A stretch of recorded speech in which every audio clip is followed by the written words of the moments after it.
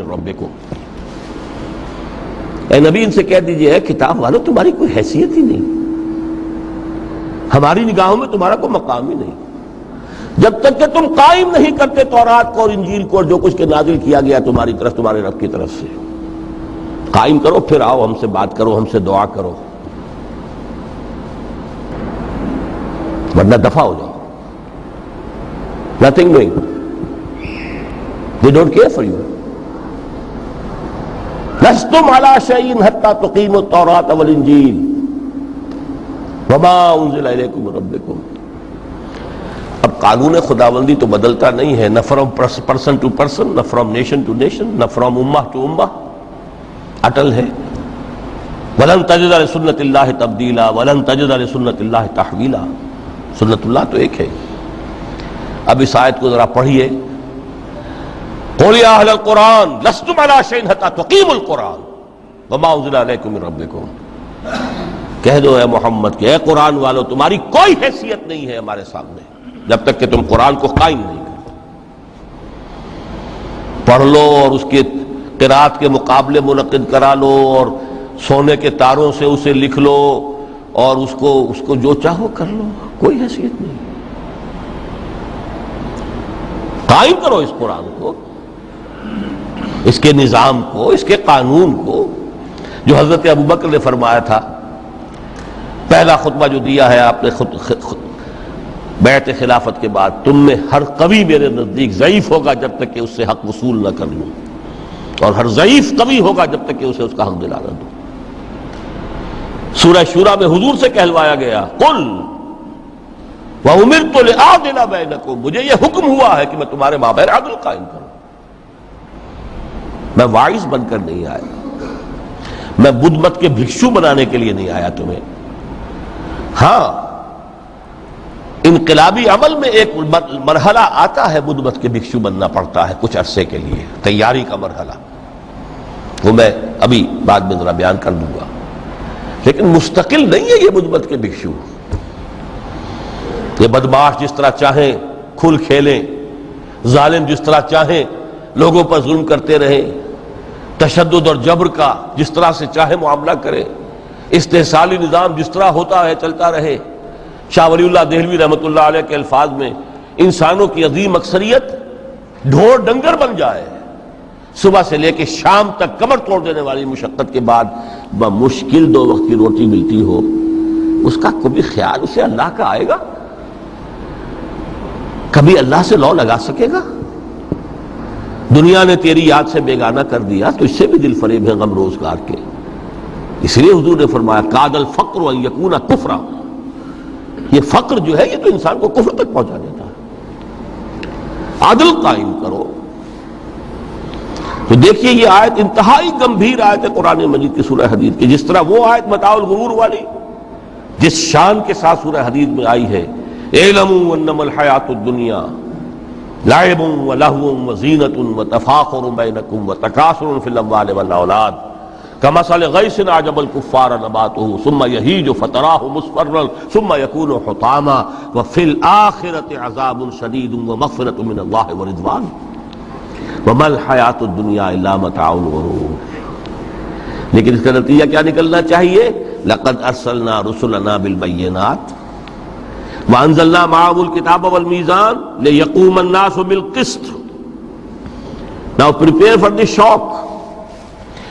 میرے نزدیک، میرے علم کی حد تک شاید دنیا کی کوئی انقلابی کتاب نہ ہو جس نے اس قدر عریاں طور پر کھل کر یہ کہا ہو کہ ظالموں کی سرکوبی کرو، کچلو ان کے سر۔ وانزلنا الحدید، ہم نے لوہا بھی اتارا ہے۔ ایک وقت آتا ہے ظلم نہیں ختم ہوتا جب تک کہ لوہے کی طاقت ہاتھ میں نہ آئے۔ انزلنا الحدید، ہم نے صرف کتاب ہی نہیں اتاری ہے، لوہا بھی اتارا ہے۔ فیہ باس شدید، اس میں جنگ کی صلاحیت ہے۔ ومنافع للناس، لوگوں کے لیے کچھ اور منفعتیں بھی ہیں، کوئی توا پرات چمٹا یہ بھی بنا لو، ٹھیک ہے، لیکن اصلاً یہ اصلاح کے لیے۔ وانزلنا الحدید، اسی تو سورہ حدید کا نام حدید ہے۔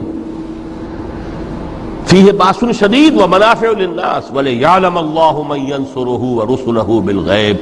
اللہ دیکھنا چاہتا ہے کون ہے اس کے وفادار بندے جو اس لوہے کی طاقت کو ہاتھ میں لے کر مدد کرتے ہیں اس کی اور اس کے رسولوں کی غیب میں ہونے کے باوجود. ان اللہ قوی عزیز. ویسے اللہ قوی ہے، عزیز ہے، آنے واحد میں کفر کو ختم کر دے جب چاہے، آنے واحد میں ظالموں کا ظلم جو ہے وہ ختم کر کے رکھ دے. وہ سب کچھ کر سکتا ہے، لیکن پھر تمہاری آزمائش کیسے ہوگی؟ کیسے معلوم ہوگا ہوز ہو، کس کا کیا مقام تھا، کس کے پاس کتنا یقین کا سرمایہ تھا، کس کے ایمان کی گہرائی اور گہرائی کا کیا عالم تھا، کس نے ہمارے دین کے لیے کیسی کیسی قربانیاں جھیلی ہیں. یہ ہے ترک دنیا جو موسٹ پروفاؤنڈ ہے، نتیجہ خیز ہے، خیر کو وجود میں لانے کے لیے ہے. لیکن اس کی مثالیں موجود ہیں. حضرت مصعب بن عمیر رضی اللہ تعالی عنہ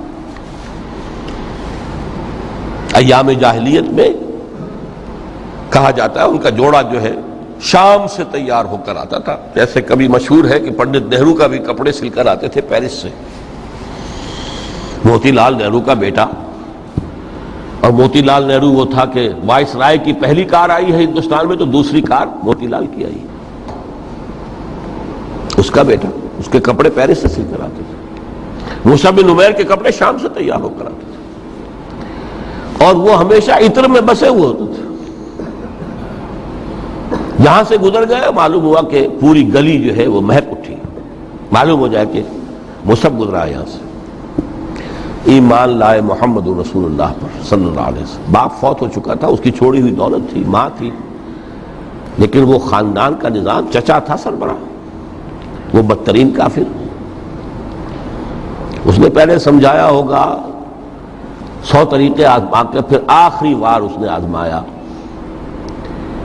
کہ جس دولت کے اوپر تم عیش کر رہے ہو یہ تمہارے مشرک باپ کی دولت ہے، نکل جاؤ گھر سے. انہوں نے سمجھا تھا جیسے سورہ صافات میں آتا ہے فَأَرَادُوا بِهِ كَيْدًا فَجَعَلْنَاهُمُ الْأَسْفَلِينَ. انہوں نے حضرت ابراہیم کے بارے میں سمجھا تھا جب دیکھیں گے کہ آگ تیار ہو رہی ہے اور یہ اس میں مجھے ڈال دیں گے تو سب یہ نشہ حرن ہو جائے گا، یہ توحید وحید سب ہوا ہو جائے گی. لیکن ہوا کیا؟ بے خطر کود پڑا آتش نمرود میں عشق، عقل ہے محو تماشائے لب بام. اس نے تو یہ دھمکی دی تھی کہ دن میں تارے نظر آ جائیں گے مصعب کو، ناز و نام میں پلا ہوا انسان. اسے کہہ دیا جا نکل جاؤ گھر سے. اٹھ کر چلنے لگے. اس کا تیش جو ہے اور اچھا یہ کپڑے بھی اسی مشرک باپ کے ہیں، اتارو ان سب کو. مادر ذات برہنہ ہو کر گھر سے نکلے. مادر ذات پھر وہی ہے کہ جن کے نام قرائے فال بنام من دیوانہ زدند. بیعت عقبہ اولیٰ ہوئی ہے، لوگوں نے کہا کہ ہمیں کوئی مقری دیجئے قرآن پڑھانے والا جو ہمیں قرآن پڑھائے. حضور نے فرمایا جاؤ مصعب. وہ مصعب وہاں جا کر مدینے میں المقری بن گئے. جا المقری، وہ آ رہا پڑھانے والا. اور 1 سال کی محنت، دعوت اور تبلیغ اور قرآن کے پڑھانے کے نتیجے میں اگلے سال 75 افراد لا کر حضور کی جھولی میں ڈال دی. یہ مصعب ہے. شہادت ہوئی ہے غزوہ بدر میں. ایک مرتبہ اس سے پہلے کا واقعہ بھی ہے کہ حضور مسجد میں تشریف فرما تھے، سامنے سے حضرت مصعب گزرے. ایک پھٹا ہوا سا کمبل جسم کے گرد لپیٹا ہوا تھا. حضور کی آنکھوں میں آنسو آ گئے. از کجا تاب کجا، یہ دیوانہ جو ہے اللہ کا اور رسول کا اور دین کا کہاں سے کہاں پہنچا ہے. غزوہ احد میں علم ان کے ہاتھ میں ہے. جس ہاتھ میں علم ہے وار پڑا، کٹ گیا، دوسرے سے پکڑا، اس کو بھی کٹ گیا. پھر دونوں جتنے بچ گئے تھے حصے ان سے سنبھالا، پھر شہید ہو گئے. جسم پر صرف ایک چادر تھی، اوپر سے جسم ننگا تھا، صرف ستر کے لیے چادر. دفن کرنے لگے تو مسئلہ ہی پیش آ گیا کہ چونکہ شہید کے تو کفن جو ہے اس کا اپنا جو بھی لباس پہنا وہ شہادت کے ہوتا. حضور سے کہا گیا کہ حضور مصعب کی چادر تو اتنی چھوٹی ہے کہ سر ڈھانپتے ہیں تو پیر کھل جاتے ہیں، پیر ڈھانپتے ہیں تو سر کھل جاتے ہیں. فرمایا سر کو چادر سے